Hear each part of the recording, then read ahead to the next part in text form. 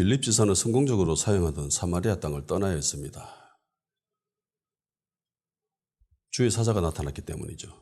여기 떠나라. 지금 당장 떠나라. 지금 당장 일나가지고 떠나서 예루살렘에서 가사로 내려가는 길이 있는데 그쪽으로 가라고 이야기를 해줬죠. 그래서 빌립은 순장했습니다. 3일 정도 되는 길이에요. 사마리아에서 그 거리로 가려면은 최소 3일은 걸립니다. 어쨌든 갔습니다. 가사라고 하는 지역은 우리도 너무나 잘 알고 있는 지역입니다.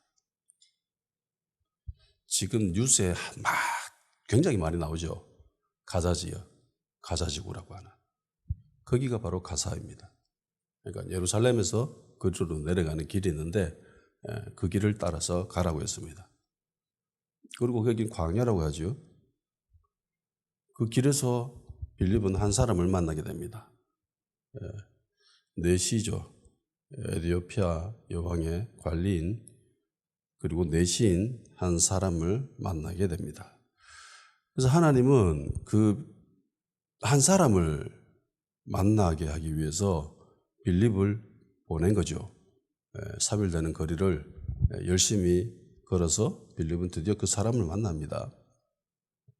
우리는 그 사람의 이름이 무엇인지는 알 수 없습니다. 이름이 나와 있지 않기 때문입니다. 어쨌든 성경은 그가 에티오피아 사람이라고 기록하고 있습니다. 그리고 여왕 간다게의 모든 국고를 맡고 있다라고 하죠. 그리고 내시라고 합니다. 이방인이죠. 그런데 이 사람이 왜 거기에 있었느냐? 예루살렘에 예배하러 왔답니다. 예배 드리고 돌아가는 길이랍니다. 아마 6월절 절기를 맞이해서 예루살렘에 올라왔겠죠. 유대교를 믿는 사람이라면은 특별한 절기에 하나님께로 나아가는 것을 그게 기본 상식이죠. 그래서 아마 6월절을 맞이해서 먼 길을 가서 예루살렘에 하나님을 예배해 드렸을 겁니다. 그리고 하나님은 이 내시에게 특별한 은총을 베푸십니다.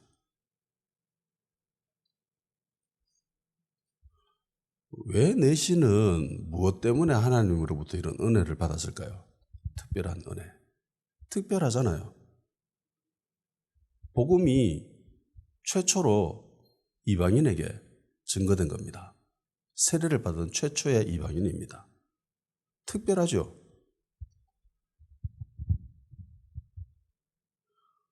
자, 1주일문에 앞서서 복음이 흘러가는 과정 가운데 이 내시의 등장은 특별한 의미를 주기에 충분합니다. 우리 쉽게 빌드업이라고 하잖아요.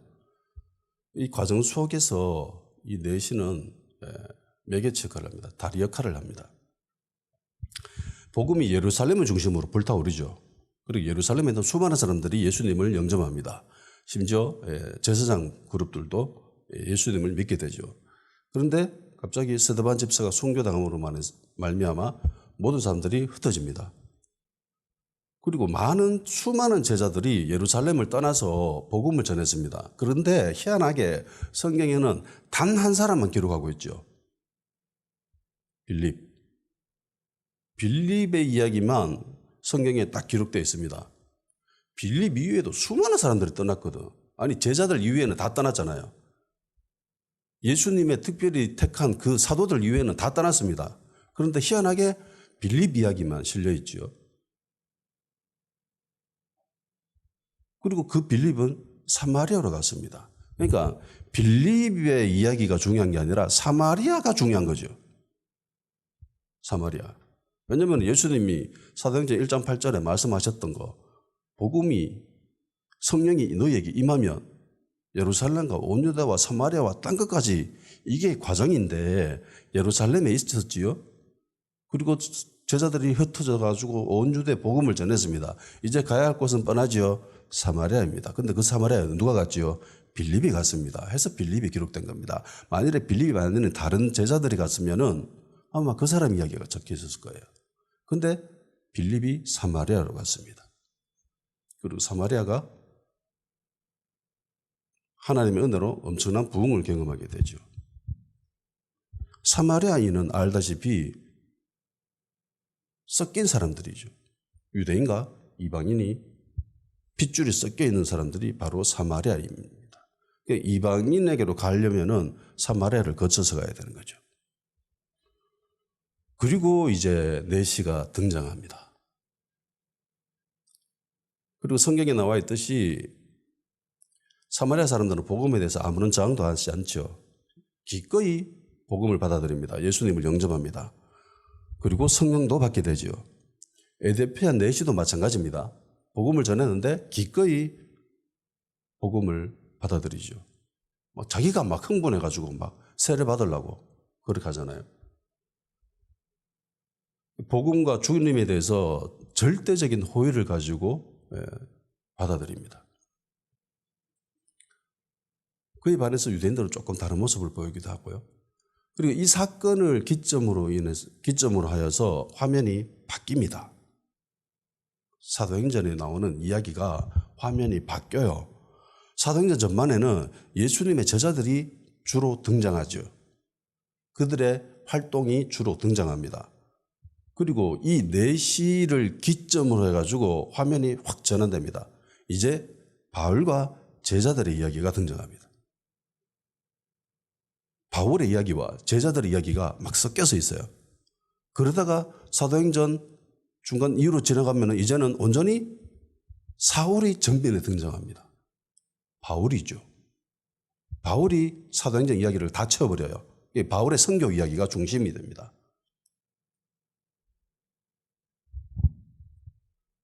이 가운데에 이 내시는 굉장히 중요한 역할을 하는 거잖아요. 바울은 알다시피 이방인의 사도입니다. 그리고 복음은 이제 이방인에게로 흘러가는 거죠. 이 빌드업 과정 속에서 꼭 필요한 인물이 바로 이 에디오피아 내시인 것이었습니다. 유대인, 사마리아인, 이방인인데 그렇지만 유대교를 믿는 내시, 그리고 이방인. 이 점에서 그렇다면 왜 이 에디오피아 내시가 유대교를 믿게 되었는가에 대해서 역사적인 사실을 좀 알아보고자 합니다. 이야기를 들으면 왜 이 사람이 유대교를 믿게 되었는가를 알 수 있게 됩니다. 그 기원은 구약에 나오는 스바 여왕입니다. 흔히 세상에서 시바 여왕이라고도 많이 알려져 있는 역대 9장에 보면은 스바 여왕이 등장하죠. 솔로몬의 그 명성을 듣고 존귀한 보화들을 챙겨서 가서 만나게 됩니다.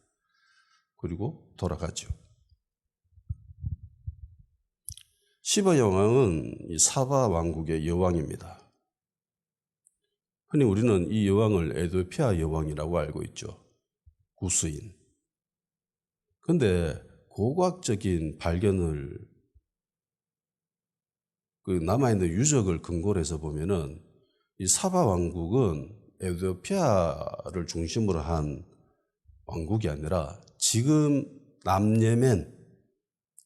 남예멘도 굉장히 좀 뉴스에 많이 나오지요. 남예멘 예멘 반군들이 선박을 미사일 쐈다, 선박을 납포해 갔다라고 하는 그 지역입니다. 그러니까 이집트 카이로 운하를 지나서 나오면은 반드시 거기를 지나가야 돼요. 그것을 중심으로 한 사바 왕국일 가능성이 굉장히 높습니다. 지금도 있는 예멘의 마리브라고 하는 곳이 있습니다. 거기가 그 왕국의 수도였습니다. 흔적들이 굉장히 많이 남아있어요. 예전에 제가 오래전에 TV를 봤는데 그때 이제 EBS 다큐멘터리인데 그 사람들이 외국에 나가서 이렇게 관광지나 이런 거 소개하는 프로그램이었습니다. 근데 예멘을 갔는데 그 사람이 거기 예멘에 있는 사람들이 막 자랑하는 걸 듣게 돼요. 그게 뭐냐면은 이 사바 왕국과 스바 여왕에 대해서 성경에 나오는 스바 여왕이 우리나라 사람이다. 우리 민족이다라고 자부심을 가지고 그렇게 이야기하는 걸 들었습니다. 그걸 듣고 에디오피아인이 아닌가? 라는 왜 저기지? 라는 생각을 한 적이 있어요. 그러니까 TV 보면 유적지 굉장히 많이 나와 있습니다. 그리고 알다시피 에도피아 역시 사바 여왕의 스바 여왕의 나라, 사바 왕국에 속했다라고 흔히 우리는 알고 있죠. 에티오피아에는 우리나라의 경주와도 같은 고대 도시가 있습니다. 악숨이라고 하는. 에티오피아 북쪽에 있어요. 에스트리아 그 근처에 있는. 그리고 에티오피아인들 역시 스바 여왕을 자신들의 여왕이다라고 이야기를 합니다. 그리고 자기들을 솔로몬의 후예라고도 이야기합니다. 에티오피아인들은 솔로몬의 후예라고 이야기를 해요. 자기 스스로. 유대 역사가 요세푸스 역시 스바 여왕을 에티오피아인이라고 주장합니다. 현대 에티오피아의 조상이 되는 나라가 있습니다. 악숨 왕국입니다. 그러니까 악숨을 중심으로 한 나라, 세워진 나라가 악숨이에요. 우리나라의 시조가 되는 나라는 고조선이죠. 동일하게 에티오피아인들 역시 에티오피아의 기원은 악숨 왕국이라고 이야기를 합니다. 그리고 이 에티오피아에는 스바 여왕에 대한 전설이 있습니다. 스바 여왕이 솔로몬을 만나러 가지요. 성경에도 나와 있습니다. 그런데 성경에 나와 있지 않는 뒷이야기가 전설로 내려져 오고 있습니다. 다른 문헌에도 기록된 것들이 있어요. 솔로몬이 스바 여왕을 보고 한눈에 뿅 갑니다. 너무나 아름다웠대요. 흔히 어떤 사람들이 아가사에 나오는 술라미 여인이 스바 여왕의 가능성이 높다라고도 이야기합니다. 거기 보면은 피부가 검다라고 이야기하고 있죠. 왜 진실인지 아닌지 모르지만 그렇게 주장하는 학자도 있을 정도로 굉장히 스바 여왕은 아름다웠답니다. 한눈에 뿅 갔어요. 어떻게 하면 저 여인을 취할까라고 고민을 하다가 장깨를 냅니다. 여러 장깨를 내는데 결국 그 장깨에 넘어가서 같이 동침하게 됩니다. 그리고 임신하게 되죠. 그리고 돌아오는 길에 결국 아들을 낳습니다. 이 아들이 나중에 커서 악숨 왕조의 첫 번째 황제가 됩니다. 네멜리크 1세라고 하는 시조가 돼요. 그리고 악숨 왕국은 에티오피아의 기원으로 사람들이 알고 있습니다. 네멜리크 1세는 솔로몬 밑에서 교육을 받았다고 합니다. 솔로몬 밑에서 교육을 받고 결국은 자기 고향으로 돌아갈 때에 뭐 여러 가지 설들이 있는데 어쨌든 언약궤를 가지고 오게 되더래요. 그래서 에티오피아 악숨에 가면은 솔로몬 그 언약궤를 모시고 있는 교회가 있다고 합니다. 그것이 사실인지 아닌지는 알 수 없어요. 그런데 그렇게 이야기하고 있습니다. 그래서 그런 뭐 유튜브나 TV나 이런 거 보면은 그 언약궤에 관한 이야기를 보면은 에티오피아가 나옵니다. 왜 에티오피아에 언약궤가 있는가? 이런 이유 때문에 자기가 너무 사랑하는 아들에게 언약궤를 뭐 선물로 줬다, 혹은 어떤 사람은 속여서 언약궤를 들고 오게 됐다, 뭐 그런 여러 가지 썰들이 있는데 어쨌든 언약궤가 예루살렘의 언약궤가 에티오피아에게 오게 되었다라고 하는 이야기들을 이야기하고 있습니다. 이런저런 이야기들이 있는데 이걸 정리한 시나리오가 있어요. 스바 여왕은 사바 왕국의 여왕입니다. 남예멘이 예멘이 있으면은요, 예멘 바로 앞에 바닷가가 있어요. 홍해가. 그리고 그 홍해를 건너면은 악숨이라는 그 지역이 있어요. 그 동네가 있어요. 지금 에스트리아 맞나? 에티오피아 있는 그 지역이 바로 그런 지역입니다. 그래서 고대 헬라 제국도 그렇지만 왕국이 흩어져 있지요. 바닷가를 중심으로. 지금 현대 국경선을 생각하시면 안 돼요. 그때는 바다를 중심으로 해서 이렇게 뜨문뜨문 이렇게 나라가 구성되어져 있어요. 그래서 사람들이 이렇게 생각합니다. 사바 왕국의 중심지는 예멘이고, 그리고 식민지가 에티오피아 지역이다 라고 이야기를 합니다.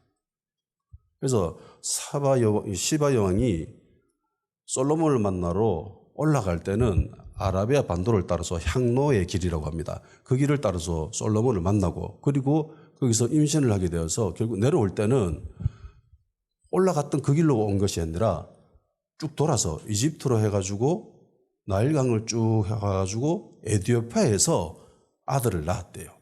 메넬리크를. 그리고 아들을 놓고 다시 자기 본래 왕국인 예멘으로 돌아갔다. 모든 사람 이렇게도 이야기합니다.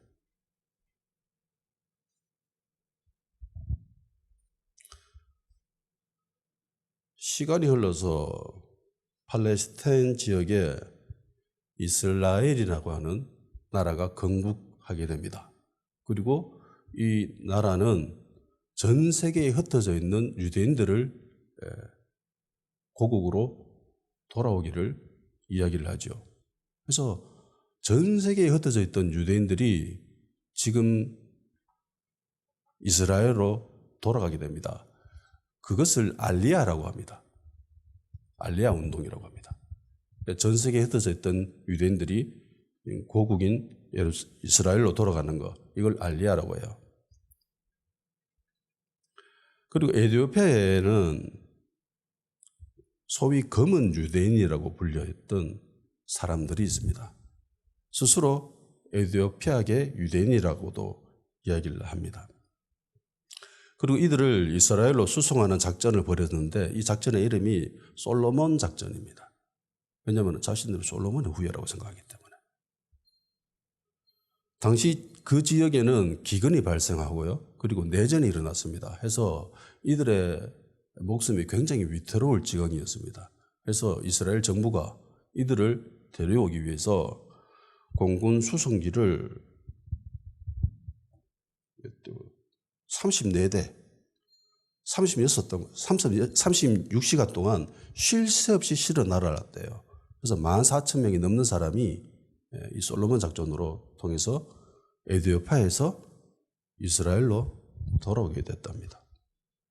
그러니까 이스라엘도 이들을 유대인으로 인정한 거죠. 공식적으로. 검은 유대인의 존재가 처음 알려진 것이 19세기 중후반이라고 합니다. 영국 선교사에서 처음 발견이 되었대요. 검은 유대인을 찾아낸 선교사님이 깜짝 놀랐답니다. 왜냐하면 안식일을 비롯해서 히브리 성경의 각종 금기와 고대 유대교 신앙을 고스란히 지키고 있었대요. 이슬람의 박해를 피해서 그리고 기독교의 박해를 피해서 산골짜기 숨어들어서 자기들의 고유 신앙을 지키고 있었답니다.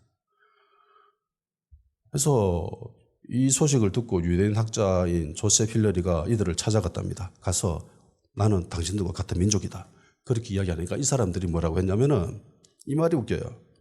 세상이나 백인종이 어떻게 유대인이 될 수 있냐. 우리하고는 완전 정반대의 생각이죠. 아니 흑인은 어떻게 유대인이 되는데. 이게 보통의 사람의 생각인데 이들은 반대로 생각했었어요. 어떻게 백인이 유대인이 될 수 있는데. 흑인이어야지. 이런 관념에서 있었던 거예요. 그래서 예루살렘 이야기들을 쭉 들려주니까 나중에 이 사람들의 태도가 바뀌었답니다.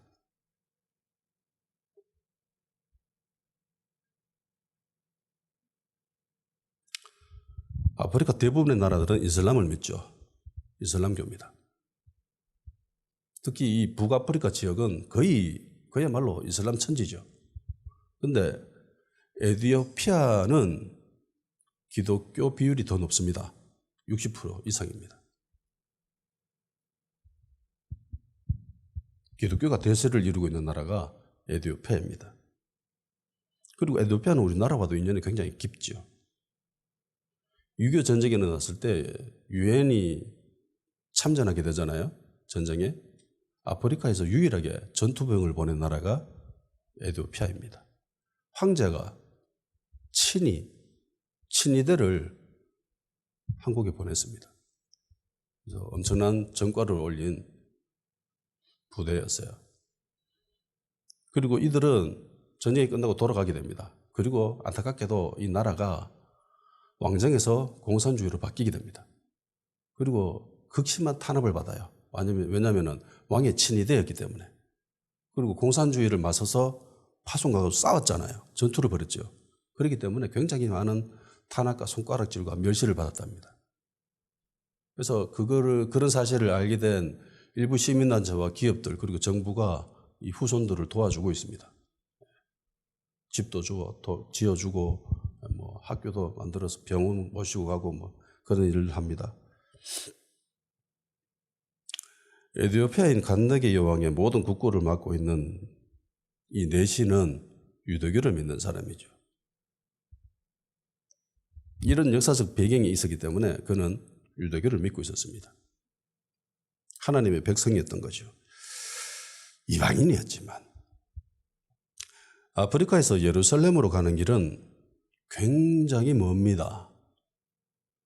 대륙을 거쳐가야 되잖아요. 몇 개월이 걸려요.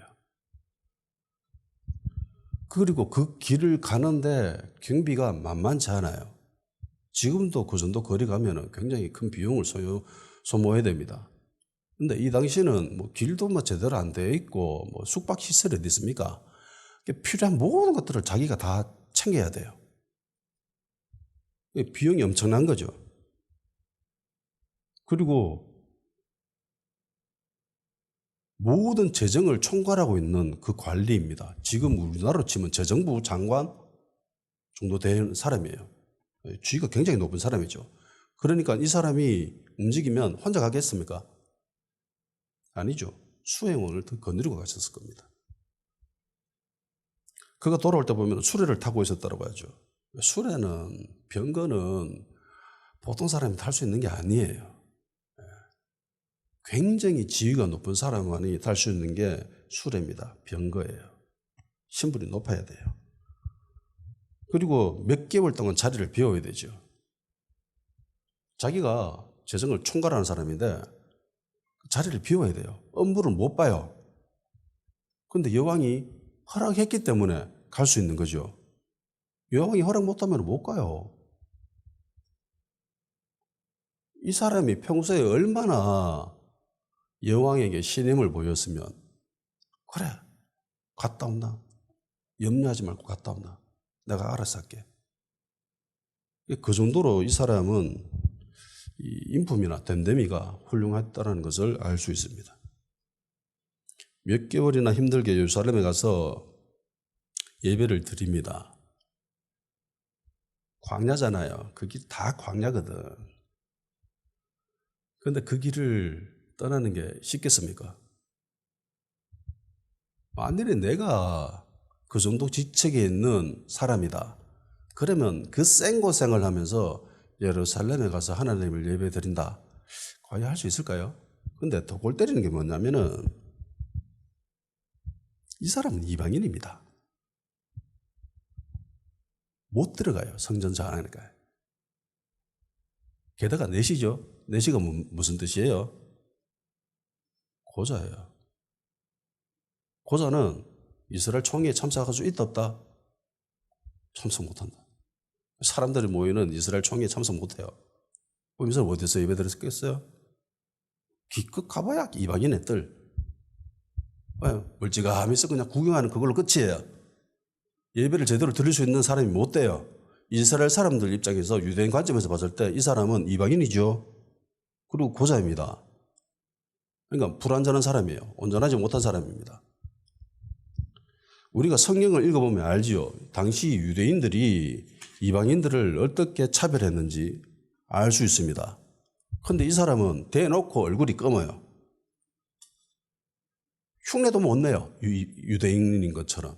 뭐 옷 입고 뭐 변장해서 이렇게 들어갈 수 있는 그런 사람도 못 됩니다. 물론 그렇게 했지도 않았겠지만.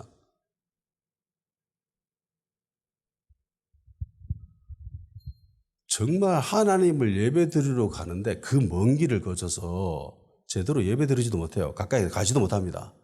그럼에도 불구하고 갔어요. 왜요? 이 사람이 그걸 몰랐을까요? 그런 사실을 몰랐을까요? 아니요. 충분히 알고 있는 사람입니다. 다 알고 있는 사람이었습니다. 돌아오는 길에 보면 성경을 읽고 있잖아요. 그 정도로 성경에 대해서 박학한 사람이에요. 지식이 있는 사람입니다. 이 모든 핸디캡을 무릅쓰고 하나님께로 가서 예배를 드립니다. 하나님을 찾아갔습니다. 자, 이 사람에 비해서 우리들의 모습은 어떤가요? 교회 목사가 나를 인정해 주지 않는다. 내 마음을 몰라준다. 이러면 섭섭해하죠. 교회가 나를 찬밥 취급한다. 이러면 섭섭해합니다. 상처받았다고 합니다. 교회 떠나죠. 우리는 마음이 조금만 상해도 교회를 떠나버리는데, 근데 이 사람은 그 먼 길을 자신의 모든 경비를 동원해가지고 엄청난 핸디캡을 가지고 나아갔음에도 불구하고 제대로 가지도 못해요. 유대인들이 자기를 어떻게 차별하는지에 대해서 너무나 잘 알고 있음에도 불구하고 그 멀리 하나님을 찾아 예배하러 찾아갔습니다. 우리는 하나님을 만나러 가는데 조그만한 장애물이 있으면은 에이씨 하지 말자 이래버리는데 이 사람은 그 먼 길을 가요. 그 엄청난 장애물을 뛰어넘으면서. 내시의 모습을 비교해 볼 때 현대교회 성도들은 너무나 나약합니다. 자기 나라에서는 존귀한 취급을 받죠. 최고의 직책에 있는 사람입니다. 그런데 거기를 떠나서 유대에 오면은 자기의 신분이 어떻게 돼요? 비천한 사람이 됩니다. 성전에서 자기를 인정받습니까? 자기가 인정 못 받아요. 이방인의 뜰이 끝입니다. 더 이상 못 나가요. 상대적인 박탈감이라는 것이 있죠. 차도 좋은 차를 타다가 성능이 낮은 차를 타면은 이게 확 다운됩니다. 음악도 정말 좋은 음악만 듣다가 음질이 나쁜 음악을 들으면은 기분이 안 좋아요. 음식도 좋은 음식만 먹다가 질 나쁜 음식을 먹으면은 상대적으로 더 큰 박탈감을 느낍니다. 이 사람 더 심하죠. 최고의 신분에 있던 사람인데 유대 지역에 가면은 찬밥 신세입니다.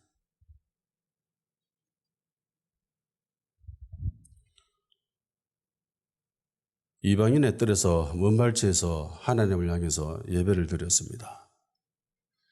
보통의 사람이라면은 그래 내 같은 사람 없지. 실제로 이 내시 같은 사람 없습니다. 그 먼 길을 하나님을 찾아서 예배드리는 사람들은 별로 없어요. 이방인이.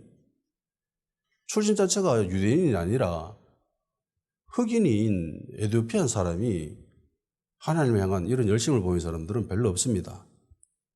대부분의 사람들이 이 정도 열심을 냈으면 만족해야 할 거예요. 와, 대단하다. 자기 스스로 되기나 합니다. 와, 내가 이 정도 하다니. 나보다 더 열심히 하나님을 섬기는 사람 없을 거야. 나보다 더 하나님을 향한 사랑이 불타는 사람이 없을 거야. 이러면서 자기 스스로 흡족해하고 만족해할 겁니다. 도취감에 빠질 거예요. 그래, 나 신앙이 참 대단한 것 같아. 내 믿음이 참 대단한 것 같아. 내가 봐도 대단한 사람입니다. 그런데 내시 스스로는 어떻게 생각했을까요? 영적인 만족감이 이 사람에게 있었을까요? 없었을까요? 없습니다. 어떻게 알 수 있나요? 예배드리고 돌아오는 길에 성경을 읽고 있잖아요. 그러니까 갈급하게 하고 있어요. 아직 진리에 대해서 목말라 하고 있습니다. 하나님을 찾고 있어요. 하나님을 찾으러 예배드리러 갔다가 돌아오는 길에도 하나님을 계속 찾고 있어요. 종교적인 만족감이 없습니다. 오히려 더 갈급함이 있어요. 멀리 있었던 빌립의 귀에도 뚜렷하게 들릴 만큼 이사야 글을 큰 소리로 읽고 있었습니다. 빌립은 듣고서 저거 이사야네 라는 걸 깨닫죠. 그리고 또 하나의 충격적인 것은 당시 성경을 소유할 수 있는 사람들은 없습니다. 거의 없어요. 이 당시의 성경은 70인역이라고 하는 성경입니다. 알렉산드리아에서 유대인들이 모여서 기록한 성경입니다. 헬라어로 기록한 성경입니다. 에티오피아인들이 헬라어를 쓸까요? 내시와 빌립이 대화가 통하죠. 당시 헬라 제국이 에티오피아를 통치했을까요? 아니요.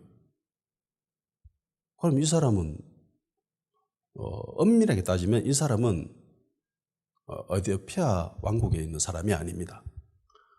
간다게라고 하는 것은 사람 이름이 아니에요.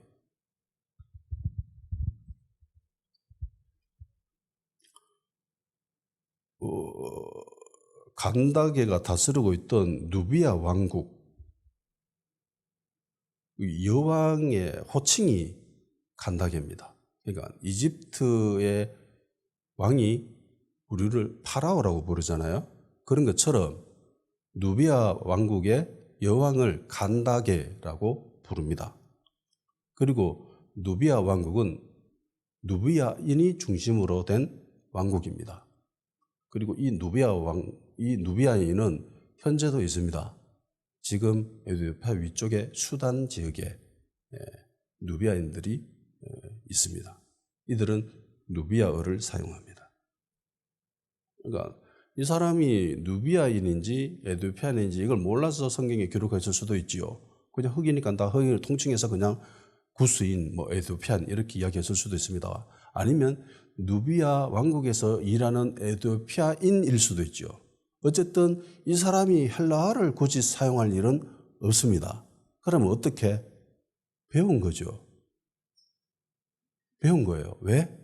당시 국제 교육을 하려면은 헬라어가 지금의 영어처럼 공용어로 사용되어졌습니다. 그래서 헬라어를 익혔을 수도 있습니다. 또 하나 이유는 성경을 읽기 위해서. 그러니까 자기 삶의 모든 시선과 방향이 하나님과 연결되어 있어요. 모든 것이, 모든 신경세포 하나하나가 하나님께로 향해 있습니다. 성경을 보기 위해서 헬라어를 공부하고, 그리고 하나님을 예배하러 가기 위해서 그 많은 경비들 소모해 가면서 그리고 가가지고 제대로 예배 드리지도 못하는데 이방인의 뜰이 그게 끝인데 그럼에도 불구하고 찾아가고 돌아오는 길에도 만족해 하지 못하고 계속 성경 읽고. 쉬운 일이 아니죠. 절대로 쉬운 일이 아닙니다. 이런 내시들의 모습에 비해서 우리들의 모습은 어떻습니까? 예배드리고 헌금하고 이걸로 됐다. 나의 종교적인 의무 다 했다. 그러면서 만족해합니다. 종교적 도취감에 빠지죠. 이 정도 했으면 충분히 했지. 이거보다 못하는 사람들 천진데. 난 이 정도 했으면 됐다. 그렇게 생각하죠. 종교적 만족감으로 충만해집니다. 6월절 절기에 맞춰서 내시는 예루살렘에 올라갔습니다. 그리고 하나님을 예배드린 후 돌아가고 있었죠. 마차 위에서 성경책을 읽었습니다. 그리고 마침 희한하게 빌립이 도착했습니다. 이사야를 읽고 있었는데 때마침 빌립이 그걸 듣습니다. 영적인 만족감이나 도취감에 빠져있지 않고 갈급해하고 진리를 찾고 있었습니다. 성경 말씀에 대한 궁금증이 그를 사로잡고 있었습니다. 궁금해서 미칠 지경인 거죠. 우리는 성경책을 보면서 어떤 생각을 합니까? 성경책을 보면서 궁금한 점이 있습니까? 이 내시는 궁금증이 많았어요. 빌립이 묻잖아요. 읽는 거 깨닫느냐라고 하니까 가르쳐주는 사람이 없다. 궁금해서 미치겠다. 와서 좀 가르쳐달라.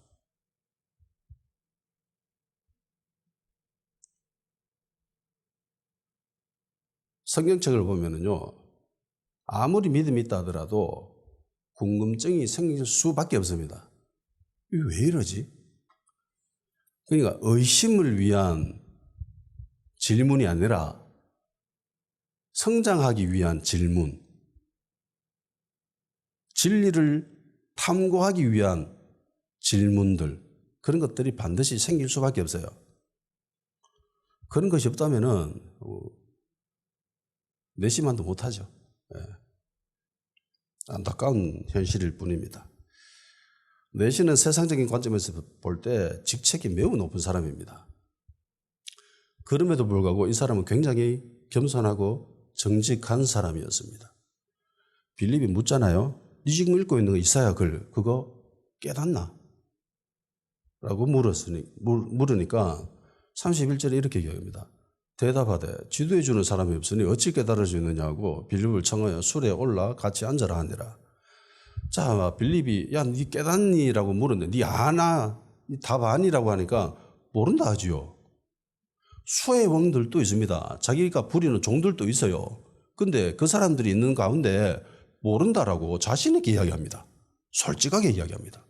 보통 이 정도 직책에 있는 사람이라면은 좀 체하잖아요. 있는 체하고 아는 체하고 이렇게 합니다. 척을 많이 해요. 근데 이 사람은 그런 모습이 전혀 없어요. 그냥 모르는 걸 그냥 솔직하게 모른다라고 이야기합니다. 난 모른다. 그들이 비웃을 수도 있었지만은 모르는 거 그냥 모른다라고 했어요. 근데 이 사람이 무지해서 모르는 사람이에요? 아니죠. 학식이 있는 사람입니다. 모든 재정을 총괄할 수 있는 그런 수준의 사람이고, 그리고 헬라어를 익힌 사람이고, 말하고 들을 수 있는, 볼 수 있는, 읽을 수 있는 그런 사람이었습니다. 학식이 있음에도 불구하고 자신의 부족함을 솔직하게 시인할 수 있는 아주 멋진 사람이에요. 그리고 빌립에게 요청하죠. 이 수레에 올라오나? 이 수레에 올라타라. 나랑 같이 있자. 수레에 같이 탈 수 있는 사람들은 존귀한 사람입니다.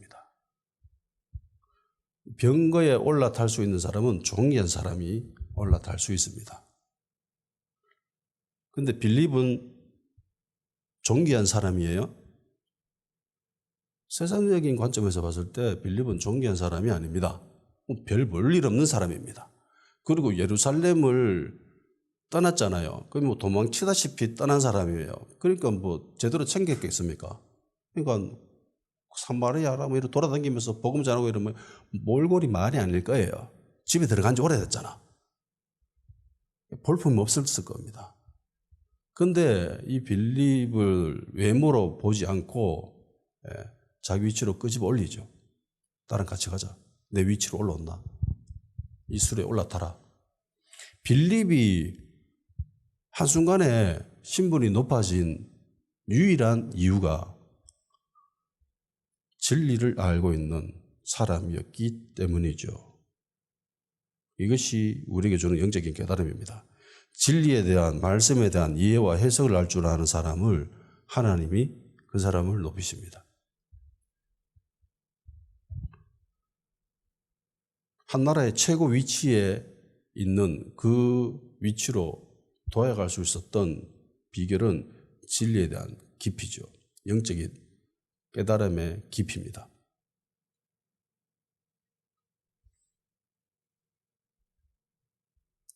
말씀에 대한 통찰력, 복음에 대한 이해, 주님을 알고 있는 그 지식이 그를 그 위치로 올라가게 만들었지요. 요셉도 그런 인물이었습니다. 내시의 입장에서 평소 말씀을 보면서 가지고 있었던 궁금증을 풀 수 있는 절호의 기회였습니다. 그래서 올라오나라고 하죠. 묻습니다. 34절에. 그 너시가 빌립에게 대답하여 말하되 청컨대 내가 묻노니 선지자가 말한 것이 누구를 가리킴이냐? 자기를 가리킴이냐? 타인을 가리킴이냐? 그러니까 이사야서에 나오는 고난받는 종의 이야기를 보면 이게 누군지 알 수가 없는 거예요. 어떤 사람들은 당시에 이사야 본인이라고 이야기했습니다. 그런데 잘 맞춰지지가 않아요. 그래서 어떤 사람들은 이거는 이사야 한 개인, 한 사람 이야기하는 게 아니라 이스라엘 민족 전체를 가리키는 거다라고 해석하는 사람들도 있습니다. 그렇게 해도 제대로 끼워 맞춰지지가 않아요.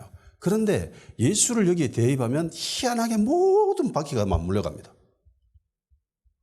이걸 딱 듣는 순간 내시는 그래 바로 이거네 라고 깨닫는 거죠. 그리고 즉각적으로 세례를 받기를 원하고 그리고 그리스도인이 되어버립니다. 그러니까 예수 그리스도가 들어가는 순간 모든 것이 다 끼워 맞춰지는데 희한하게 유대인들은 안 믿죠. 거부합니다. 마침 가다 보니까 물 있는 곳이 나왔습니다. 그리고 내시가 먼저 요청하지요. 좀 물 있다. 나 세례 받을래. 나 침례 받을래. 먼저 요청합니다. 먼저 들어갑니다. 너한테 세례 베풀어 달라고. 근데 보세요. 이들이 있는 곳이 지금 어디입니까? 광야죠. 남유다 지역의 강수량은 연간 200mm. 거의 비가 안 오는 지역입니다. 비가 오더라도 진짜 가끔 한 번씩. 진짜 가끔 한 번씩. 자, 그러면 물 있는 곳이라는 건 두 가지 설이 있을 수 있습니다. 하나는 오아시스일 경우, 그리고 또 하나는 얼마 전에 비가 왔기 때문에. 그죠? 사막에서, 광야에서 오아시스 발견하는 것도 흔한 일이 아니죠. 굉장히 드문 일입니다. 그리고 광야에서 비를 경험하는 것도 굉장히 드문 일입니다. 그런데 희한하지 않습니까? 말씀에 순종해서 갔는데 그 희한한, 정말 흔하게 벌어지지 않는, 정말 기이하게 한 번쯤 발생할 수 있는 일들이 때마침 딱 일어나고, 때마침 딱 일어나고, 때마침 딱 일어납니다. 광야에서 사람 누구 만날 수 있겠어요? 근데 도착했는데 마침 사람 한 명을 만나. 근데 가까이 보니까 마침 이사야서를 읽어. 근데 복음을 전하니까 받아들여요. 보니까 때마침 또 거기에 물이 있어. 흔하게 일어나지 않는 기이한 일들이 갑자기 한꺼번에 연쇄적으로 타다닥 일어납니다. 누가 있을까요? 누구의 작품일까요? 이건 하나님의 작품이죠. 하나님의 모든 것 다 계획하신 겁니다. 그래서 가끔 내 삶을 뒤돌아보면은, 이야, 뭐 이런 기이한 일들이 있지라고 느껴질 때가 가끔씩 있습니다. 하나님 하신 거예요. 톱니가 맞물려 가듯이 잘 벌어지지 않는 일들이 희한하게 때마다 딱딱딱 맞춰져서 진행되는 그런 일들을 경험할 때가 있습니다. 하나님 하신 겁니다. 기적과도 같은 일들이 벌어지는 거예요. 순종만 하면. 사람들은 생각하죠. 순종하기 전에, 야, 저건 기적 같은 일이잖아. 저게 어떻게 나한테 일어나겠어? 빌립이 이 모든 것들을 다 계획했겠어요? 아니요. 아무것도 몰라요. 빌립은 그저 순종했을 뿐입니다. 그것도 기대하는 마음으로. 와, 무슨 일이 벌어질까? 하면서 기쁜 마음으로, 아이 같은 그런 들뜬 마음으로, 와, 하나님 하시는데 무슨 일이 벌어질까? 뭐 그런 마음으로 그냥 간 것뿐이에요. 그런 마음으로 3일을 갔고요. 가보니까 이사야를 읽고 있어. 야, 잘 됐다. 예수님 붙잖아. 저러의 기회다. 그래서 묻죠. 알고 있니? 깨닫고 있니? 마침 모른대. 잘 됐다. 이러면서 예수님을 전했어요. 그래서 마침이 하나 거기에 또 물이 있었고, 광야인데. 하나님의 때를 성경에서는 카이로스라고 이야기합니다. 카이로스가 연쇄적으로 일어났습니다. 모든 것이 다 주님이 계획하신 기적 같은 일들이 연결되어져 있습니다. 그래서 열매를 받게 되죠. 내시는 이방인 최초로 세례를 받게 됩니다. 그가 이런 축복을 받게 된 것은, 하나님으로부터 이런 특별한 은총을 받게 된 것은 이유가 있습니다. 내시가 보여준 하나님에 대한 열심, 사랑, 이것이 이 사람을 축복의 사람으로 만들 수밖에 없는 거예요. 보통 사람이 할 수 있는 그런 모습이 아니에요. 그러니까 하나님은 내시의 모습을 다 보고 계셨던 거죠. 이 사람의 모습을. 이후에 대부분의 전도는요, 예수님의 제자들이 합니다. 그죠? 근데 에티오피아는 누가 했어요? 이 사람이 있겠죠. 에티오피아만은 약간 다른 방향으로 진행이 됩니다. 그리고 복음이 흘러서 지금의 유럽과 그리고 지금의 이슬람 아라비아 지역 전체가 다 기독교를 믿게 됩니다. 근데 시간이 좀 흘러서 마호멧이라는 사람이 등장하고, 그리고 아라비아 지역과 북아프리카 지역은 전체가 다 이슬람화 되지요. 기독교를 믿고 있던 사람들이 한순간에 다 이슬람을 믿게 됩니다. 근데 한 지역만은 그 신앙을 지킵니다. 에티오피아 지역은 그리고 이집트의 일부 사람들은 기독교를 믿고 있습니다. 예수님을 믿고 있습니다. 신앙을 버리지 않고. 하나님을 섬기는데 장애물이 있다고 원망하지 마십시오. 포기하지도 마십시오. 내시는 이 모든 장애물을 뛰어넘어서 하나님을 예배하러 갔습니다. 그만큼 하나님을 사랑한 거죠. 그리고 종교적인 도치감에 빠지지도 않았습니다. 내가 이 정도 했으면 대단하지 않나? 사람들이 자랑하지도 않아요. 만족해 하지도 않습니다. 더욱더 진리에 대한 갈급함으로 사로잡히게 됩니다. 말씀에 더욱 목말라 하죠. 그래서 영적인 것에 가치를 두는 사람이 되어야 됩니다. 그러면 하나님이 특별한 은혜를 베푸십니다. 다 같이 기도하는 시간 가지도록 합시다. 어떤 장애물이 있어도 주님을 더욱 사랑하게 하십시오.